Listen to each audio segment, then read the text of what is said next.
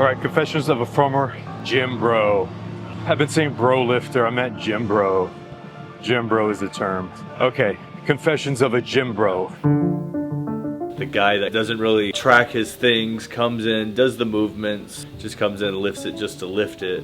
As like a pro bodybuilder, you are going to emphasize the parts that you need to work on. The pro lifter is just going to just lift to lift, is what I'm saying. Is like they don't put the emphasis or the thoughts into what like really needs to be worked on. Don't be a bro lifter.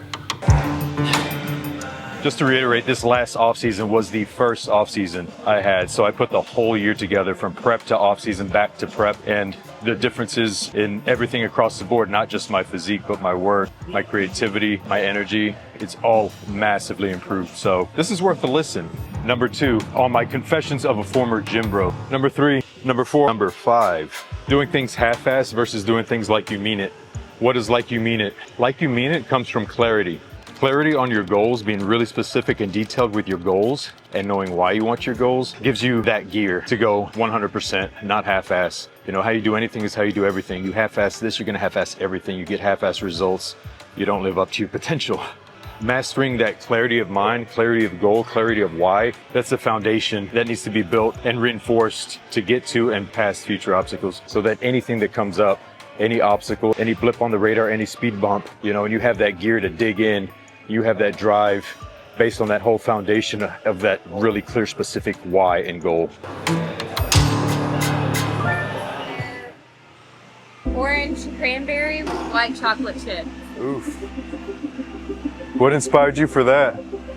The holidays. Holiday flavors. They look like they're made with love. They are. Everything I make is made with love. Monday, bro lifter comes in, does bench press. And then, you know, maybe hit some dumbbells, a couple of flies, then the shirt comes off. Yeah. And then it's like triceps. This is what I think of. Yeah, I think of like the bro lifter as like the guy that doesn't really track his things, comes in, does the movements, but doesn't really do the movements, doesn't really feel the movements, just comes in and lifts it just to lift it. Because the prompt is confessions of a bro lifter, and I was kind of putting myself in the category of bro lifter, which was I was eating and actively progressing in the gym, but only doing the things I liked and not biasing the body parts that I needed to develop for being a pro bodybuilder. I've got 3 natural pro cards. So this is the first off season that I've had not as a bro lifter, but locked into the whole aspect of bodybuilding lifestyle.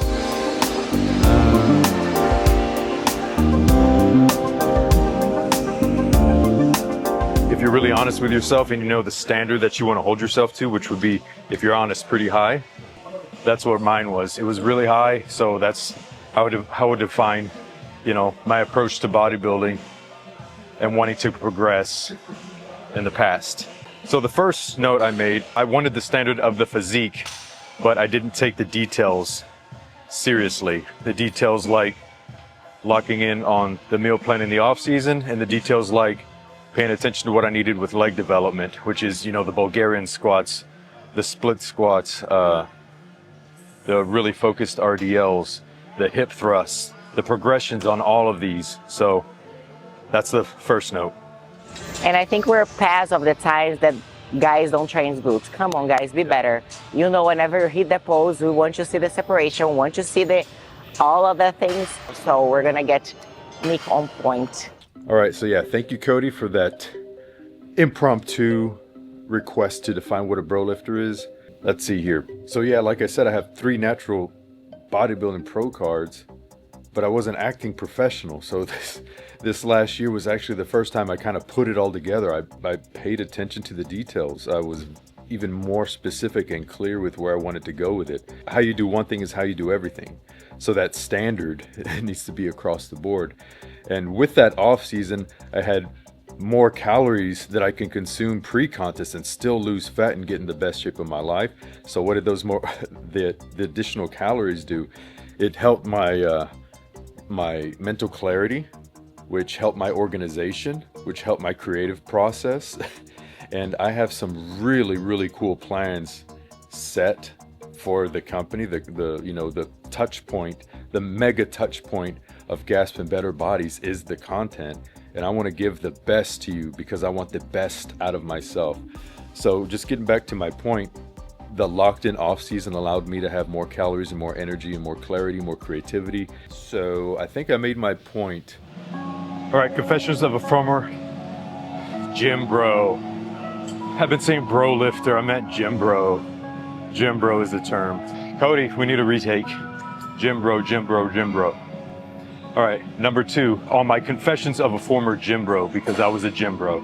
All right, when stuff felt so hard that it must be bad, so you should lessen it or skip it.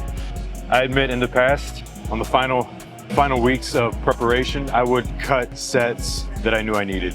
Like honestly, I'd tell myself I need 4 sets and I'd cut the weight, I'd cut a set short, or on cardio where I felt like I'm literally dying, but I'm nowhere near dying. I would cut the cardio session short, or I wouldn't go, saying I need recovery. But that's a fine balance. Sometimes you do need recovery, and as you get more advanced, I think you'll understand the signs of needing recovery and be able to make that call.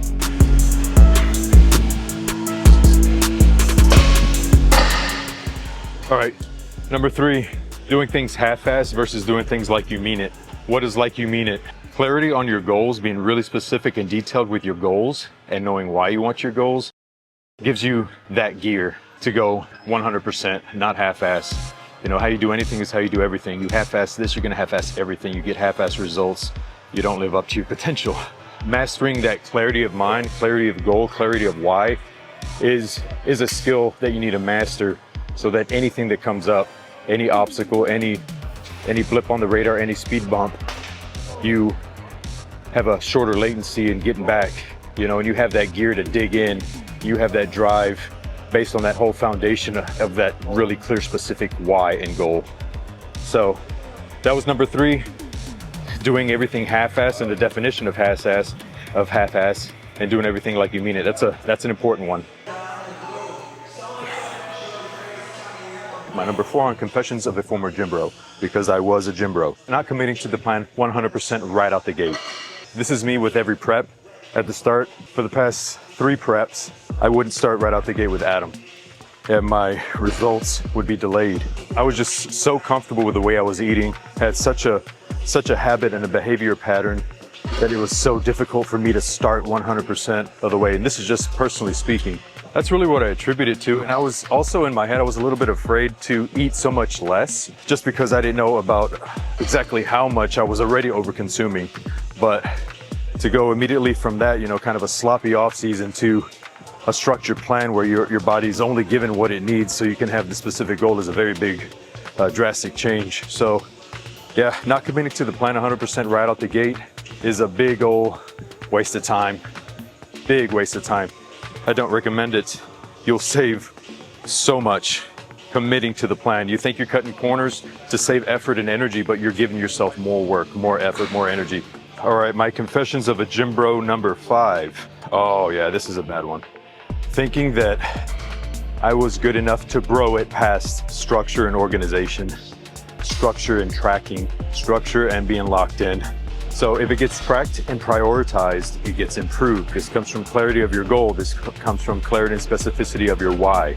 I continuously had to go back to the lessons I didn't master, the lessons I didn't learn. I could not out gym bro a sloppy off-season diet and come in to look like the guys that I was holding myself next to their standard.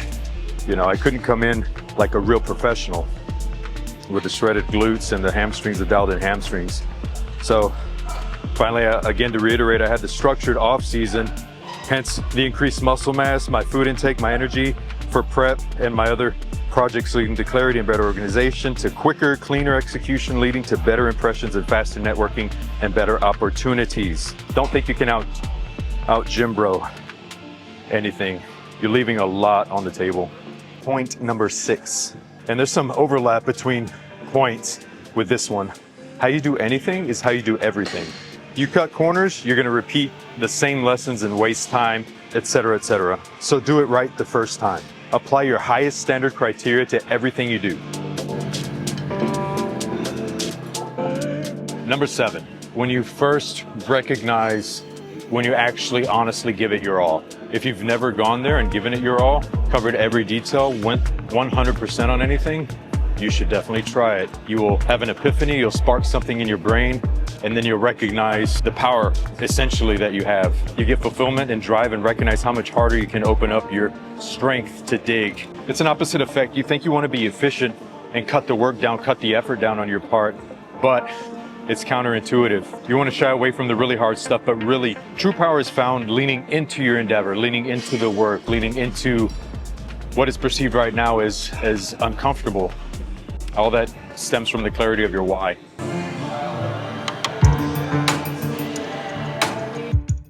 Number 8, confessions of a former gym bro. No one is looking at you, no one is judging you, everyone's in their own world. I was the biggest guilty person of this. I felt so out of my skin, even in high school, walking in the cafeteria. I'm like, oh my God, do I look stupid? It's like, this is all in your head, guy. This is me talking to myself. No one is looking at you. No one cares. Everyone's in their own world. And if they are looking at you, they got bigger problems than you do. If they're judging you, they got bigger problems than you do. So get in your own head, tap into that focus, and it only improves over time. You got to tap into it, tap into it, tap into it. It's just like the gym. It improves with the reps. You can think of it as a muscle. And you have to strengthen the behavior and the thought process. It's not overnight. It's diligence. So no one's looking at you. No one gives a shit. They're in their own world. This is me talking to myself.